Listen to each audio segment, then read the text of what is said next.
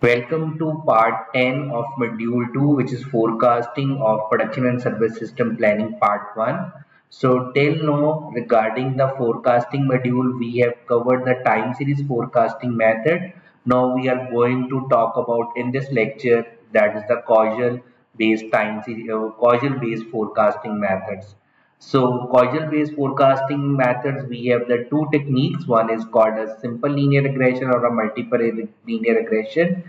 Okay, so you can also call it as the causal based techniques or the regression based techniques. So when we are saying regression, so basically that is nothing but simply we have one dependent variable, one is independent variable. So that means this is the independent variable is also known as cause, and this dependent variable is also known as effect. So that means we are saying that how much this is going to be increase or decrease, which we can get with the help of this slope value. Okay, so if this is going to be increase or decrease, how much effect is going to be occur on our dependent variable. So that means if I am going to talk about with respect to the forecasting point of view, okay, we are saying that if the product price is going to be increased, what will be the effect on the demand of the product, right?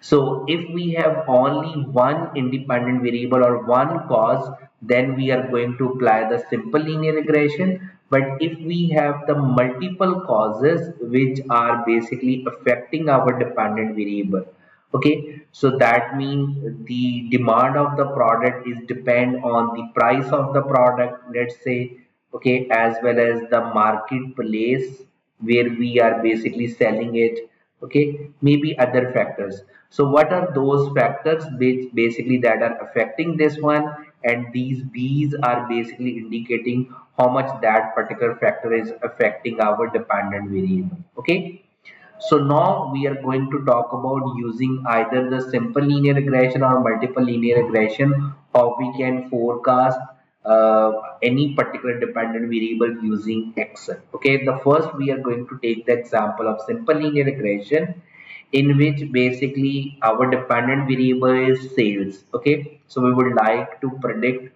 how what will be the effect on sales if we are going to invest on the advertisement. Okay, so that means in this particular case, our dependent variable is sales, okay?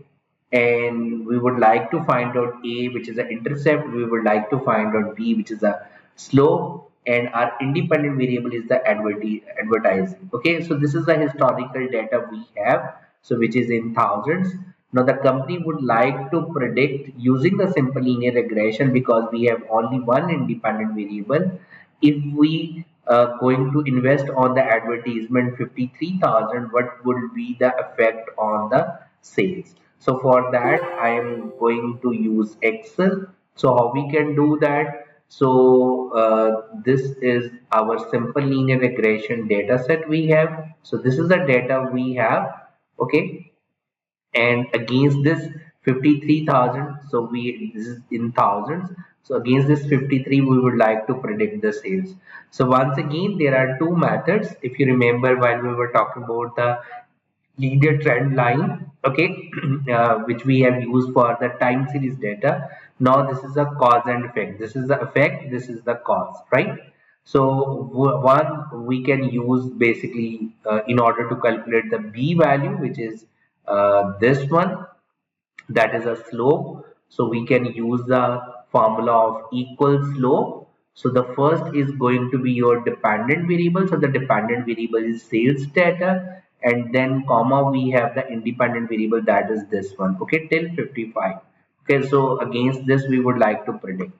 Same is the case regarding the intercept. So first we are going to use intercept dependent variable. This is going to be independent variables data point. So we got the value of slope as well as intercept. Now we would like to predict. So that means this is going to be equal intercept value, which is this 92.82, that is written in N10, plus slope multiplied by this 53. So this is saying that if we are going to invest 53,000 in the advertisement, our sale is going to be increased because the slope is the positive. So that is going to be increased 1.15182 times. It is going to be increased from the previous time period. Okay. So right now it is saying that the next year the sale is going to be $154,000. Okay, so that is the answer. So there is another way we can use to calculate A and B, that is using the data and data analysis. Okay, so once again, if you haven't seen this data analysis over here in data tab, you can go to file, options, add-ins, and then in add-ins go analysis toolpack and okay. So you will get this data analysis. So if I click over here, so what is we are going to apply? We are going to apply the regression. So what is our input y mean the dependent variable? So this is our dependent variable sales. Okay, and input is our this independent variable. Okay, and then the output is we are saying show me the output in any empty cell we can select. So let me click over here, so press OK. So this is our intercept, which is 92.82, which we have found over here. This is our slope, which we are over here. So either you can calculate slope and intercept this way, or either you can calculate this way. Okay. So I hope you got the idea using the simple linear regression how we can predict the future if we have the causal based data set. Okay. Now, as we have discussed earlier, so we are going to apply the multiple linear regression if we have more than one independent variable. So right now it is saying that we would like to predict the sales next year. Okay, our independent factors are the amount we are investing in the advertisement, and depending upon the number of persons in the our marketing team. And we would like to predict once we are going to fit the model, which means we are going to find out the model of sales. Okay, so that means this is going to be sales is equal to intercept plus B1, that is for advertisement, that is B1 value is going to be indicating how much this advertisement is going to be effect on the sales. Okay, similarly B2 is going to be the number of marketing team members. Okay, now, in order to calculate this one, so once again we are going to use this Excel. Okay, so this is the data set. Against this we would like to predict. So we are going to use this data set in order to find out the values A, B1, B2. Okay, how we can do that? Once again, go to data analysis, select regression, press OK. So our dependent variable is this sales. Okay, and then our independent variable is going to be these two. Okay, and then we are saying the output range will start from here.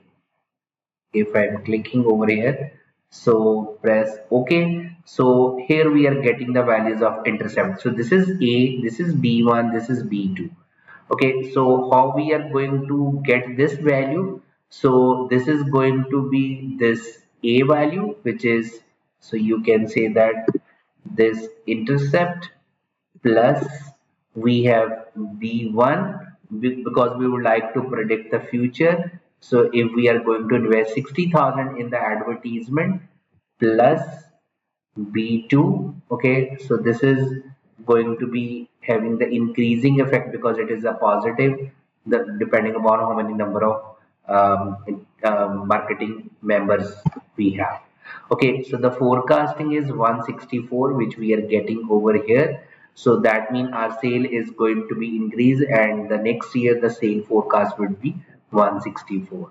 So I hope you got the idea that using the simple and multiple linear regression based on the causal data, how we can forecast things. Thank you so much. See you in the next video.